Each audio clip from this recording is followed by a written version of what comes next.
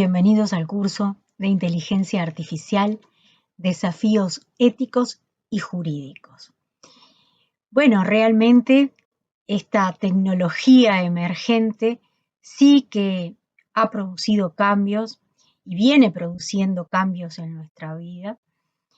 Como tecnología emergente, el curso pretende ser una reflexión fermental acerca de lo que son los cuestionamientos éticos, cuáles son las respuestas que como sociedad deberíamos dar a estos temas y el impacto jurídico que tiene. Necesitamos regular, tenemos regulación suficiente para enfrentar este tipo de cambios, para enfrentar este tipo de desafíos que van a ver que son muchísimos. Por lo tanto, el curso lo que pretende es sembrar esa semillita inicial en todas estas reflexiones para poder tener una reflexión conjunta acerca de los principales temas que en este momento están sobre la mesa, cuáles son las líneas que se han vislumbrado en cuanto a los conflictos desde el punto de vista ético y también las respuestas o las inquietudes desde el punto de vista jurídico. Con respecto a los puntos que vamos a tratar a lo largo del curso, vamos a empezar por preguntarnos qué es la inteligencia artificial y cómo está presente en nuestra vida, porque probablemente vamos a ir viendo ahora una serie de ejemplos en que no nos damos cuenta, es transparente para el usuario que estamos interactuando con un sistema y que no hay un ser humano del otro lado, sino que hay un sistema informático inteligente que nos va a responder o que va a hacer determinadas tareas.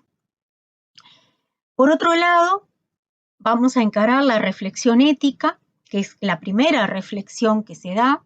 Vamos a ver que antes que pensar en una legislación o en una norma general, los países han empezado por definir los principios éticos, los países y las empresas, y cómo estos principios éticos deberían aplicarse a la ciencia de datos, a todo este manejo de información, porque en definitiva lo que nosotros estamos haciendo es educando un sistema informático y lo educamos con datos.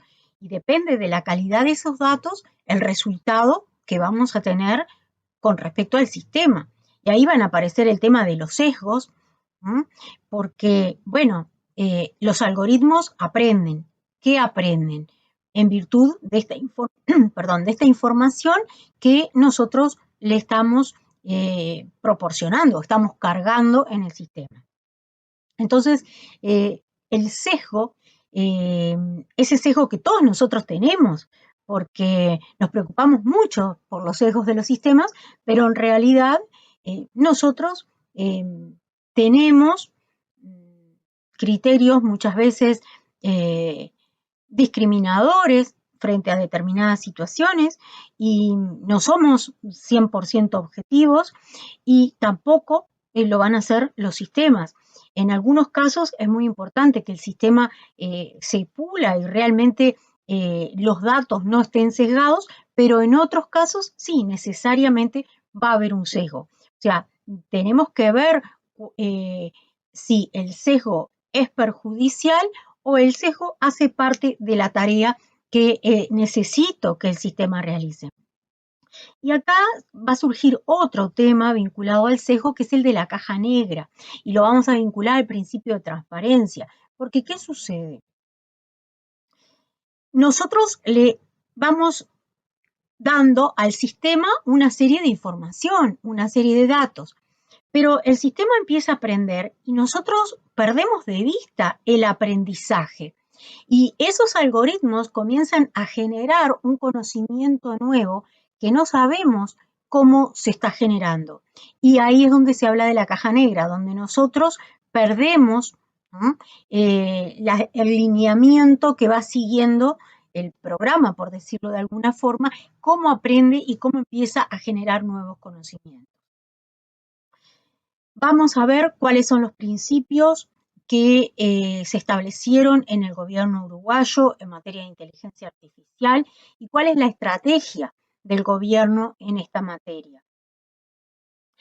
También vamos a estudiar las aplicaciones al ámbito jurídico. Vamos a ver que hay sistemas que ya se han venido utilizando en distintos países, ver la problemática que ha presentado el caso, por ejemplo, de la vigilancia predictiva, las sentencias algorítmicas. Bueno, cómo se han dado estos procesos y cuáles son las circunstancias en las cuales se han presentado.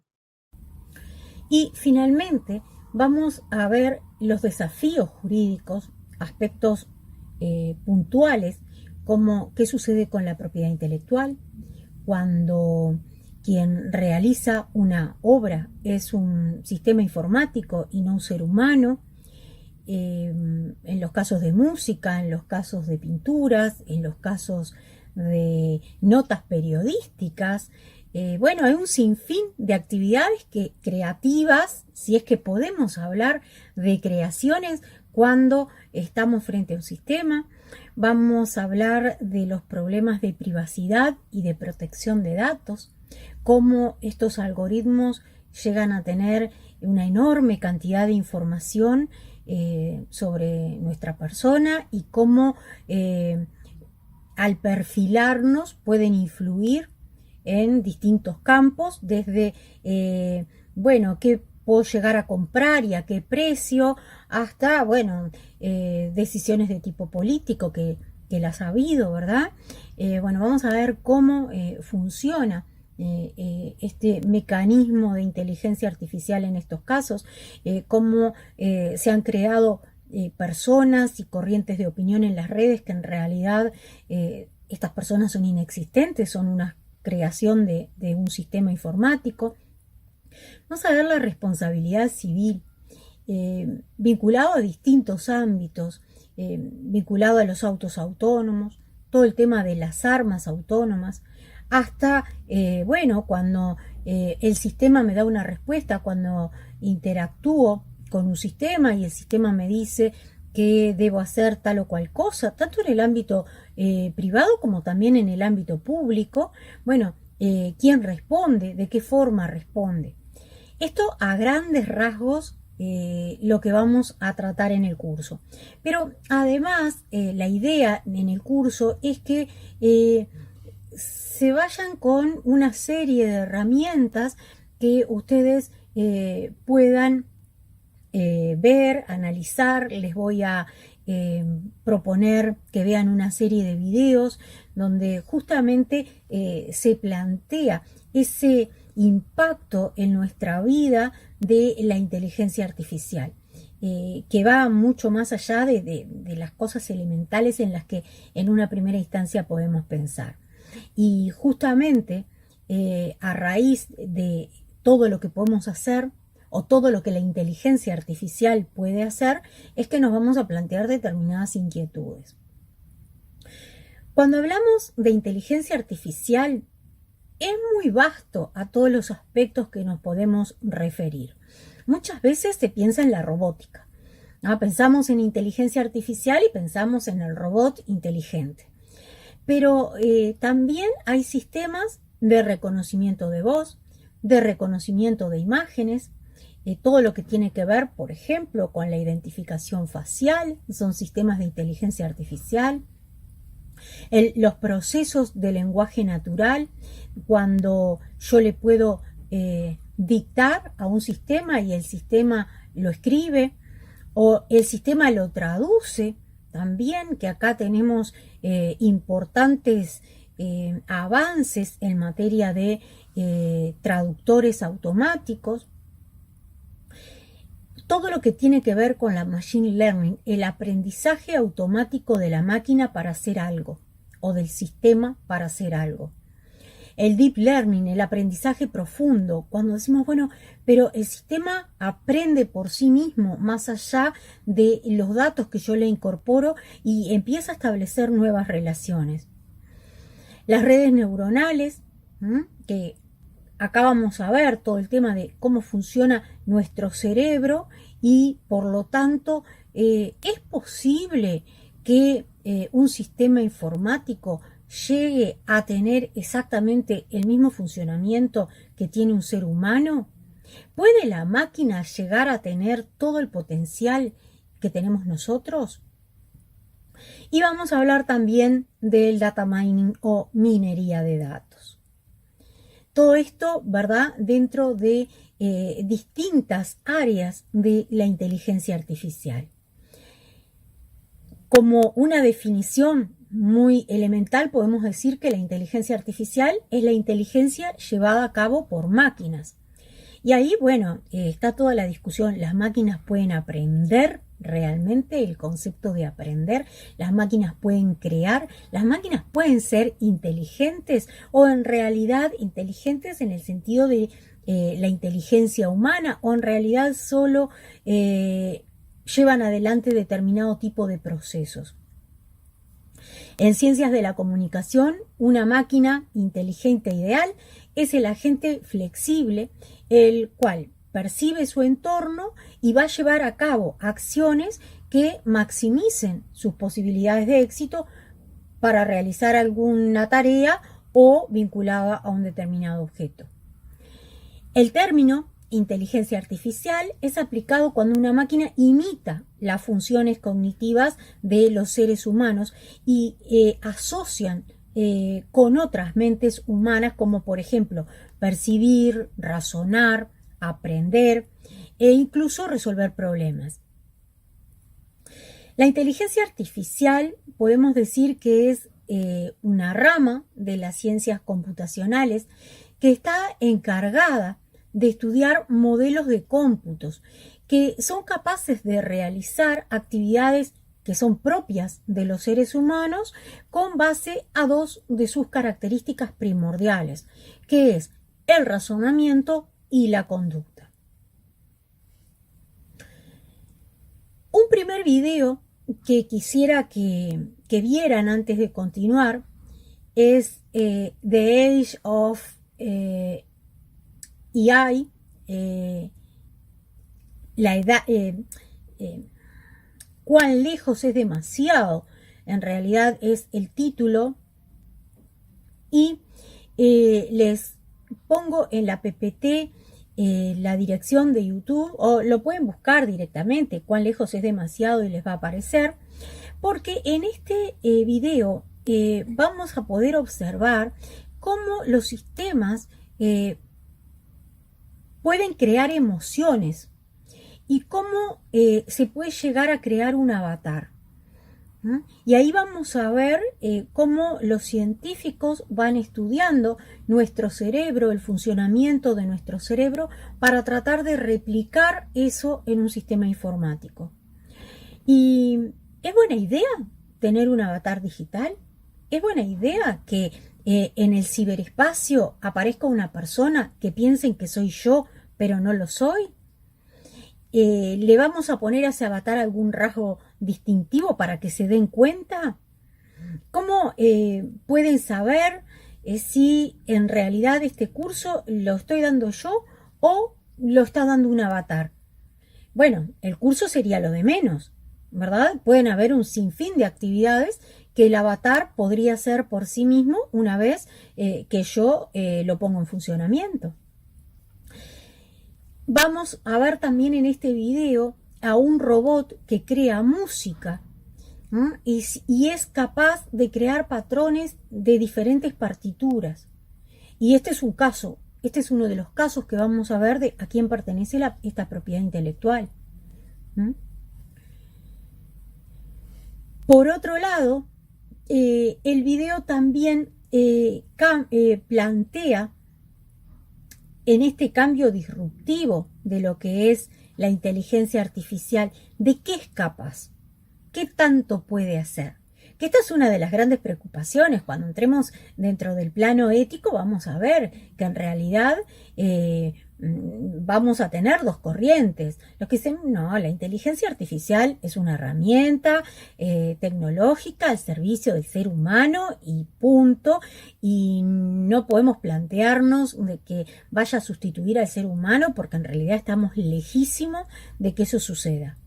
y quienes tienen una visión apocalíptica respecto a el futuro del ser humano, entendiendo que en poco tiempo la máquina va a superar al hombre en inteligencia, en procesamiento de información y se va a convertir en algo o alguien mucho más eficiente, mucho más eficaz que el hombre.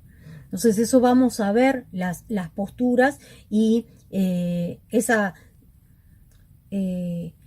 prevención por parte de algunos, la alerta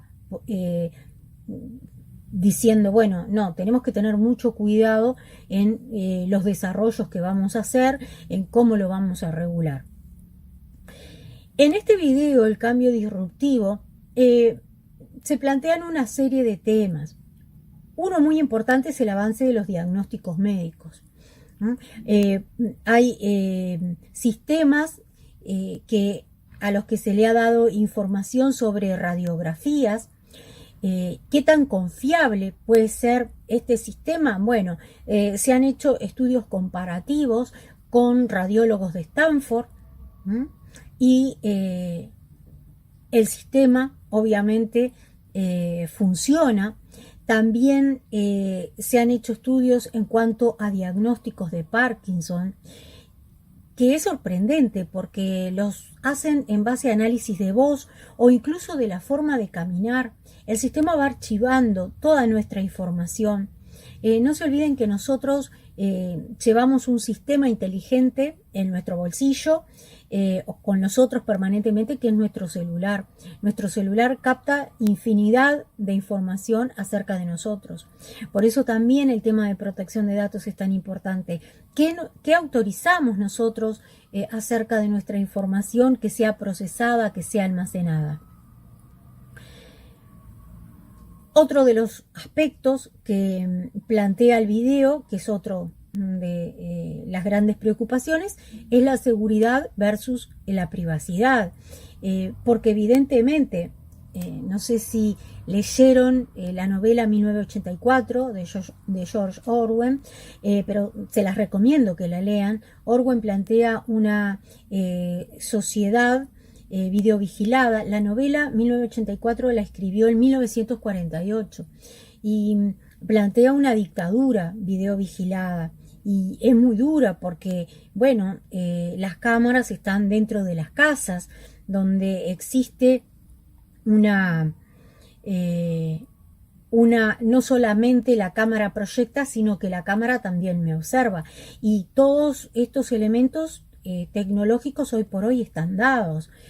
Perfectamente podría un televisor inteligente no solamente llevar un registro de qué veo, cuándo veo, cuántas horas al día, en qué horario, qué programas o qué series o qué películas no las dejo de ver porque o no me gustaron, o me aburrieron, o en qué momentos corto. Bueno, todo un análisis que se puede hacer, un análisis inteligente que van haciendo los sistemas acerca de mi perfil como usuario. Ahora, ¿qué pasaría si además de ese perfilamiento que hoy por hoy ya se hace, tuviera una cámara que me estuviera grabando y estuviera detectando cuáles son mis emociones, qué cosas me emocionan, qué cosas me enojan, qué cosas me dan miedo, cuándo me aburro, y pudiera hacer un perfil realmente completo?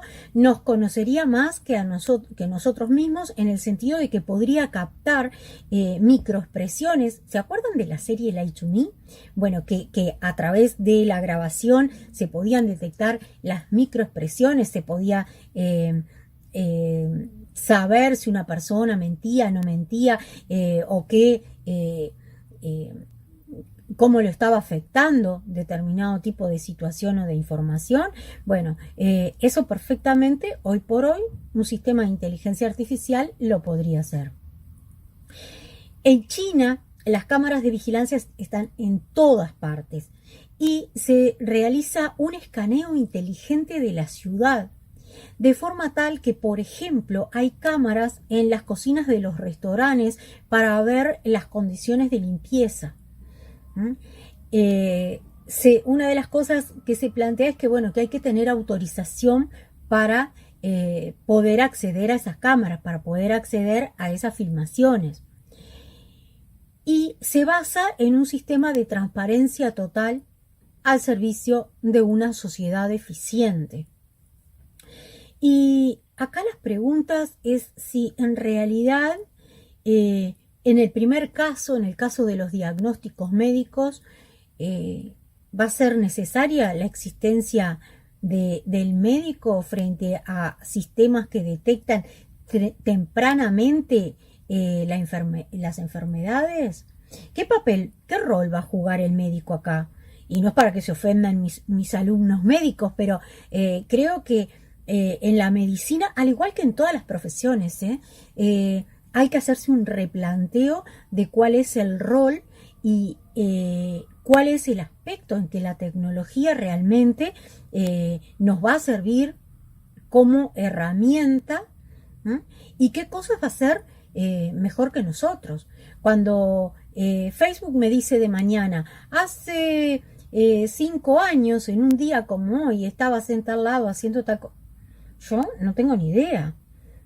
El sistema sí lo recuerda, porque bueno, evidentemente son capacidades de recuperación de información, de almacenamiento y de recuperación de información con una precisión absoluta. Y sin lugar a dudas, en ese sentido, los sistemas son mucho más eficientes que nosotros. Se han planteado algunos juicios en el ámbito del common law, en el ámbito americano, donde lo que importa no es la aplicación de la norma concreta como en nuestro sistema jurídico, sino que la sentencia implica un precedente obligatorio. Entonces, en este caso, ¿qué sucede? Evidentemente, los sistemas inteligentes, los sistemas de inteligencia artificial le han ganado a grupos de abogados en distintas universidades porque la precisión con la que pueden recuperar la sentencia justa para aplicar al caso como precedente, sin lugar a dudas, son mucho más eficientes que cualquier ser humano haciendo una búsqueda, por más que haga la búsqueda en una base de datos informatizada. Ni que hablar cuando buscamos en papel. Entonces, acá tenemos necesariamente un replanteo de las distintas profesiones. Después vamos a ver a Harari, que también se los recomiendo que lo lean, a Yuval Harari. Yuval Harari tiene 3 libros, tiene muchos libros, pero tiene 3 que en cuanto a todo este proceso de la humanidad es muy interesante. Él es profesor de historia en la Universidad de Jerusalén y está en la postura de que la existencia humana como la conocemos va a tender a desaparecer a raíz de la influencia y del desarrollo de las máquinas, que el ser humano va a pasar a otro estadio diferente, que el sapiens, le llama él, bueno, ya no va a ser como lo conocemos actualmente. Y los libros son Homo sapiens, Homo Deus y las 21 leyes para el siglo XXI. Estos 3 libros son muy interesantes. Vamos a ver cuando comencemos a estudiar la tercera parte, puntualmente los aspectos jurídicos, las posturas de Harari y las alertas que Harari levanta vinculado a distintos temas. Y la otra pregunta que surge de este video del cambio disruptivo es ¿queremos medir realmente y controlar absolutamente todo? Todo lo que se hace, cómo se hace, porque podemos hacerlo. Esto no conduce a una dictadura de los datos, donde la información se convierte en algo más importante que la privacidad de las personas. Esta pregunta no es una pregunta menor y leer 1984 realmente creo que nos levanta una alerta en cuanto a este tipo de decisiones. En el cambio disruptivo También se plantea el tema de empresas de Silicon Valley como Google, Facebook, Apple, como todo está armado, todo está preparado, como no es posible entrar a las empresas, ¿no? Y estas empresas están trabajando fuertemente en inteligencia artificial. Google, por ejemplo, destaca mucho el tema de la traducción automática. Y realmente nosotros podemos comprobar que el traductor de Google cada vez es mejor, va mejorando permanentemente. También Google tiene un proyecto del Google Phone, que es un micrófono inteligente, que podemos activarlo y desactivarlo, pero que bueno, que en definitiva, bueno, hoy ya tenemos sistemas, ¿verdad?, que les podemos preguntar, Alexa, por ejemplo, que podemos convivir con ellos y le podemos preguntar, ¿cómo está el clima hoy? O cómo irlo educando en qué cosas nos interesan todos los días. También se plantea el tema de los autos autónomos, que es un tema que vamos a verlo desde el punto de vista ético y después también desde el punto de vista jurídico.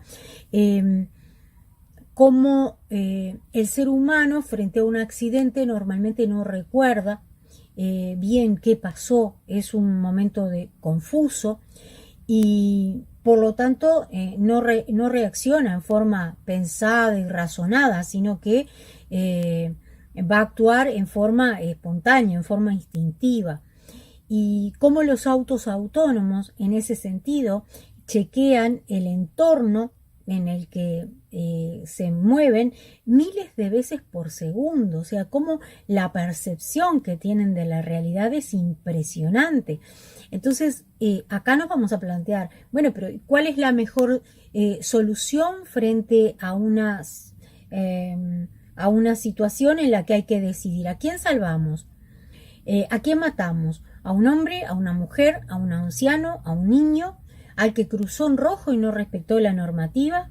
Bueno, esto tiene una base ética muy importante que la vamos a estar viendo y vamos a ver que también de acuerdo a la sociedad en la que nos encontramos y de acuerdo a las teorías éticas a las que nos podemos afiliar o sentir identificados, es a la solución a la que vamos a llegar. Por lo tanto, no va a haber una respuesta única para todos los casos. Google es una guía, porque Google dice, bueno, ¿somos conscientes realmente? Vieron que en estos videos y en este abordaje introductorio de lo que es el curso, en realidad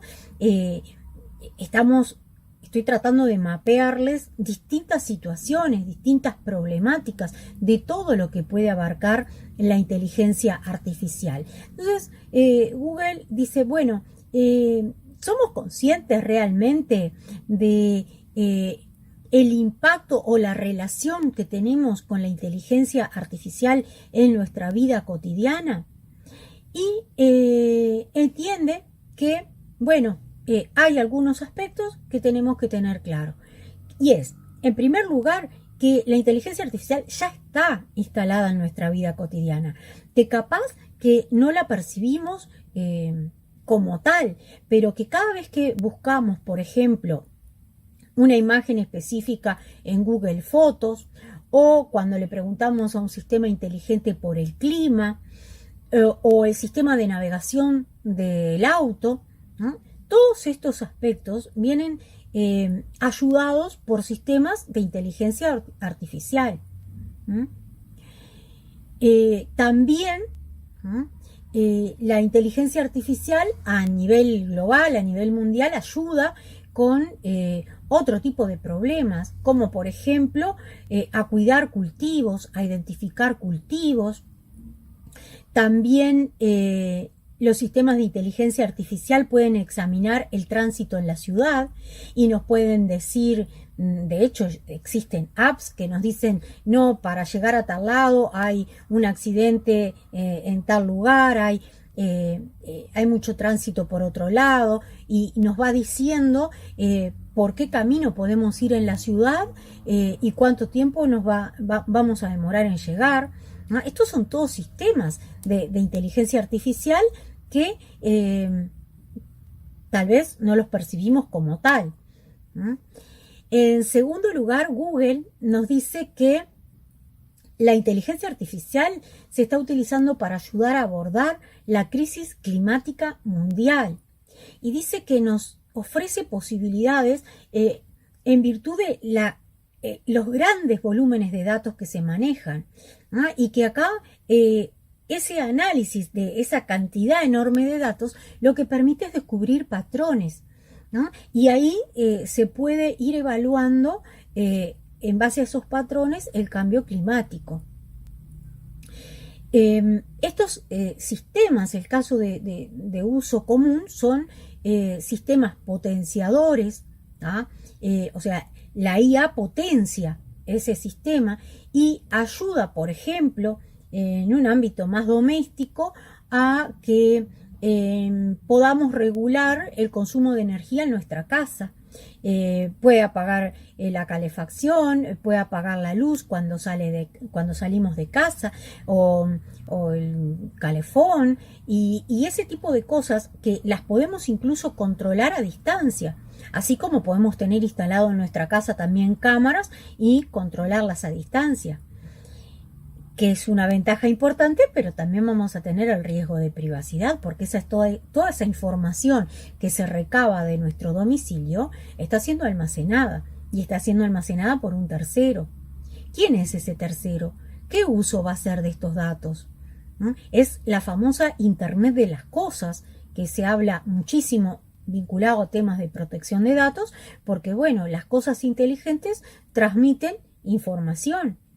Entonces, desde afuera, y ahí también otro de los temas con protección de datos, se puede saber cuándo estoy en casa, si me voy de vacaciones, puedo saber cuántas personas viven en una casa, ¿no? O sea, hay una serie de información que yo puedo traducir o puedo arribar a raíz del manejo de ese tipo de datos. Es lo que se llama la Big Data. Las grandes bases de datos dan lugar a la Smart Data. La Smart Data es ese procesamiento inteligente de la información, que no está hecha por seres humanos, está hecho por sistemas. La IA también, dice Google, ayuda a modelar el deshielo de los glaciares y a predecir el aumento del nivel del mar, de forma tal que se puedan tomar medidas. También se está considerando el impacto ambiental en los centros de datos y de la propia inteligencia artificial, para poder desarrollar sistemas de inteligencia artificial que puedan ser más eficientes desde el punto de vista energético. En tercer lugar, dice Google que la inteligencia artificial aprende de los ejemplos del mundo real. Así como los niños van aprendiendo de los ejemplos que le vamos dando, también sucede esto con los algoritmos. Entonces va aprendiendo de datos como pueden ser datos meteorológicos o fotos o música, todo lo que tiene que ver con ustedes, por ejemplo, si tienen Facebook, saben que si suben una foto y quieren etiquetar, bueno, capaz que las primeras veces que etiquetan a alguien indican quién es ese alguien, pero después ya cuando pongo etiquetar, ya el sistema me pone este fulano, o sea, ya hace el reconocimiento facial. Capaz que esto pasa desapercibido, pero bueno, ese tipo de escaneo, esa tecnología existe. Hubo un proyecto, Google tuvo un proyecto vinculado al reconocimiento facial para instalarlo en drones, y un número muy importante de empleados hicieron una carta diciendo que no estaban de acuerdo en que la empresa llevara adelante esa tecnología por el impacto que podía tener que los drones hicieran reconocimiento facial.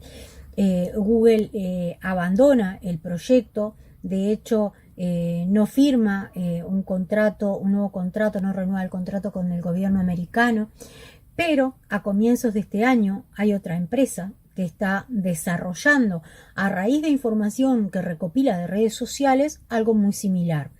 Y ahí vamos a ver una de las preguntas éticas. Bueno, pero si no lo hacemos nosotros, que es uno de los grandes temas, alguien lo va a hacer. Bueno, ahí están los principios que las empresas y los gobiernos trabajan en materia de inteligencia artificial. Ahí está la importancia de definir hacia dónde queremos ir en materia de inteligencia artificial. El cuarto punto que Google dice tenemos que ser conscientes, ¿verdad? Tenemos de cómo la inteligencia artificial está presente en nuestra vida. Dice que la inteligencia artificial puede ayudar a nuestros esfuerzos para detectar falsificaciones. Y acá entra en juego todo el tema de las deepfakes, las deep news, que así como podemos tener imágenes, discursos, músicas, videos que son falsos y que están generados por sistemas de inteligencia artificial.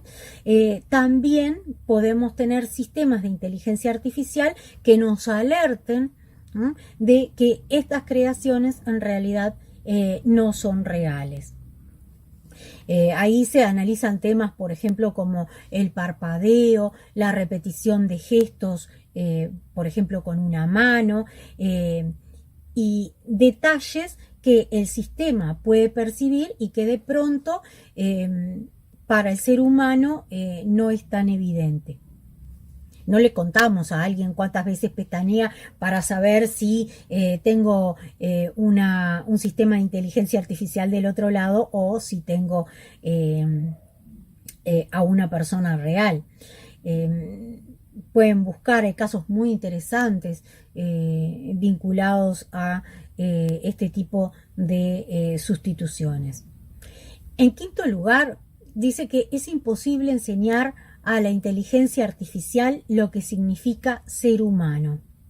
Entonces, que por muy inteligente que un sistema de inteligencia artificial sea o que lo pueda llegar a ser, no va a entender lo que los humanos pueden entender.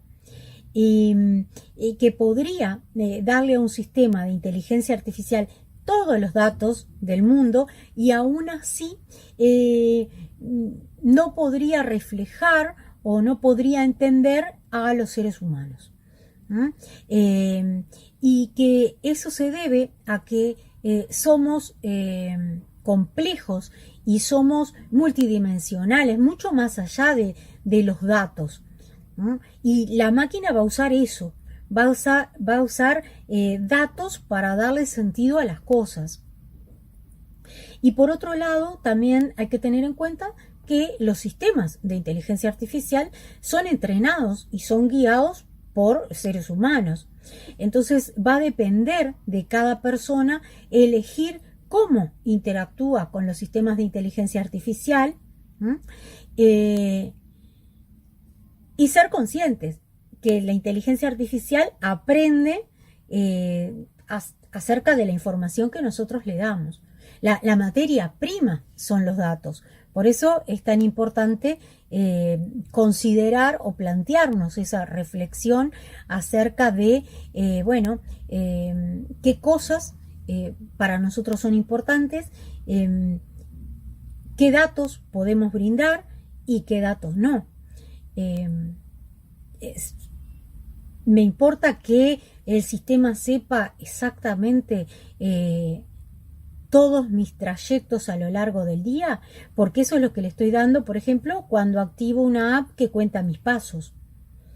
Me va ubicando, ¿verdad?, a lo largo de todo un día. Entonces ahí es en los momentos en que yo tengo que priorizar o mi privacidad o la utilización de determinado sistema. Ni qué hablar con todos los sistemas que los wearables, lo que yo me coloco en el cuerpo para que pueda tomarme las pulsaciones o que pueda realizar determinado tipo de controles sobre la respuesta de mi cuerpo frente a determinadas situaciones.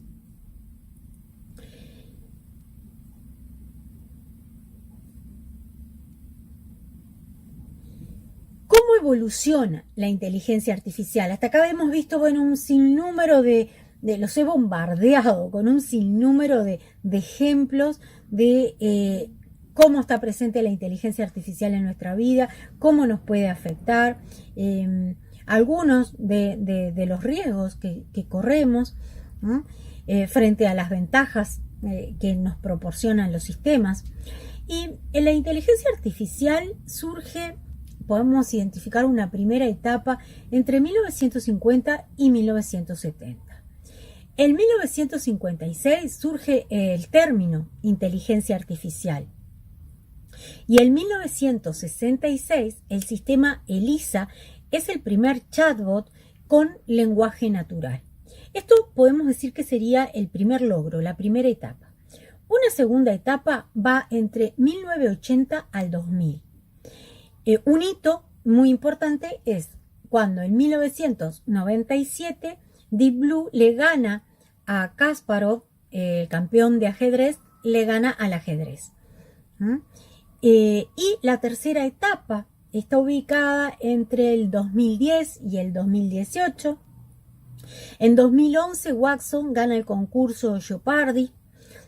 También es un hito importante.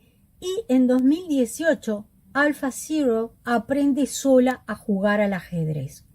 Entonces acá vemos ya no la capacidad de Deep Blue de ganarle al campeón en una jugada de ajedrez, sino que aprende sola. Le doy determinada información y el procesamiento de aprendizaje lo hace sola. Por tanto, se considera un hito.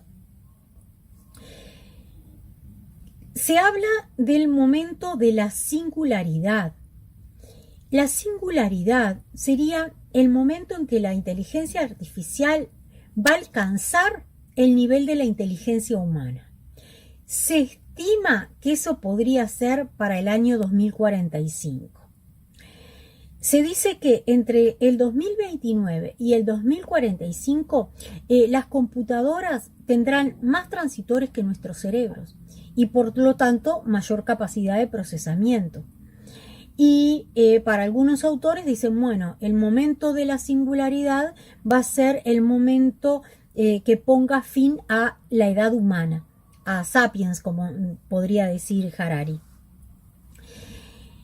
Esto en realidad es bastante dudoso, porque las expectativas acerca de la inteligencia artificial desde sus inicios fueron muchísimas. Sin embargo, han transcurrido muchos años y ha demorado mucho más el avance de lo que se pensaba. Por eso realmente hay muchos autores que dicen, sí, podrá tener la inteligencia artificial más transistores, mayor nivel de procesamiento que el humano, pero eso no lo va a colocar al nivel del ser humano. Y ahí seguimos viendo las dos posturas. En estas dos posiciones, bueno, por un lado, como les decía, quienes entienden que esta tecnología es fantástica, que es lo mejor que ha existido y que es una herramienta súper poderosa, y que realmente lo es, porque vemos en todo lo que lo podemos aplicar y todos los beneficios que nos puede brindar, y sin lugar a dudas lo es. Y por otro lado, quienes tienen una mirada negativa y que entienden que la inteligencia artificial puede ser la causa de la extinción de la humanidad como la conocemos. O sea que vemos que acá tenemos que ver un poco de las dos posturas. La IA es tecnología, eso no hay ninguna duda. Ahora, creo que depende de nosotros también qué es lo que vamos a hacer con ellas. Una de las preguntas que se hace la ética es si la tecnología es buena, es mala o neutra. Y por supuesto hay distintos autores defendiendo las distintas posiciones, pero están quienes dicen, bueno, qué hacemos con esa tecnología, para qué la vamos a usar, y por eso tener claro los principios, tener una estrategia y saber a dónde vamos es sumamente relevante. En esta PPT que les estoy mostrando, vemos a distintas personas relevantes desde el punto de vista tecnológico que tienen distintas posturas, desde aquellos que quieren ir muy rápido en el desarrollo de la inteligencia artificial a aquellos que dicen no tan rápido, vayamos con precaución, analicemos el impacto, veamos las consecuencias. Vemos que hay una gama, ¿no?, de criterios en ese sentido. Y no puedo dejar de plantearles las reglas de Asimov de la robótica, porque vamos a ver que estas reglas de Asimov de la robótica, que Asimov escribió en 1942 en El Círculo Vicioso, que planteó 3 reglas, que ahora incluso se habla de una cuarta, es importante tenerlas en cuenta porque está en la base de lo que puede ser la regulación de la robótica, que después vamos a ver, tenemos varios documentos a nivel europeo para analizar. La primera regla es que un robot no hará daño a un ser humano ni por inacción y permitirá que un ser humano sufra daño. O sea, ni por acción ni por inacción. La segunda es que un robot debe cumplir las órdenes dadas por los seres humanos, a excepción de que entre en conflicto con la primera regla. Y la tercera regla de Asimov es que un robot debe proteger su propia existencia en la medida que esta protección no entre en conflicto con la primera o con la segunda ley. Y les decía que hoy por hoy se habla de que se agrega una cuarta regla, y es que el robot debe siempre respetar la continuidad de la especie humana, aunque esto colide con las 3 reglas anteriores. El New York Times tiene un sistema que realiza artículos periodísticos, como si fuera un periodista. Y se le propuso que escribiera un artículo en el cual argumentara de por qué la inteligencia artificial nunca iba a sustituir al ser humano. Lo pueden buscar en Google, es muy interesante. Aparentemente el sistema propuso varios artículos y finalmente se eligió eso. Y este va a ser uno de los temas que vamos a ver cuando veamos propiedad intelectual. ¿Quién es el autor de ese artículo? Evidentemente, todas las fuentes que un sistema pueda llegar a tener disponible para la elaboración del artículo, a nosotros nos pueden llevar muchísimo tiempo y obviamente el sistema lo recupera en cuestión de segundos. Es interesante ver el artículo y ya les digo, este es uno de los aspectos que vamos a ver cuando veamos propiedad intelectual. A nivel internacional hay un mapa de las estrategias de inteligencia artificial y aprovecho para recomendarles este ciclo de conferencias, se llaman Sistemas Inteligentes y Ética, que se organizan en Buenos Aires, las está organizando el doctor Antonio Martino y las pueden recuperar de YouTube. Creo que esta semana va a ser la conferencia 14, así que pueden recuperar todas las conferencias y van a ver que hay planteos realmente muy interesantes sobre distintos enfoques, algunos desde el punto de vista ético, otros más jurídicos, algunos en cierta forma más sociológicos, pero están muy interesantes. Y este es una captura de pantalla de la conferencia que muestra a nivel internacional qué países tienen sus principios o tienen una estrategia en materia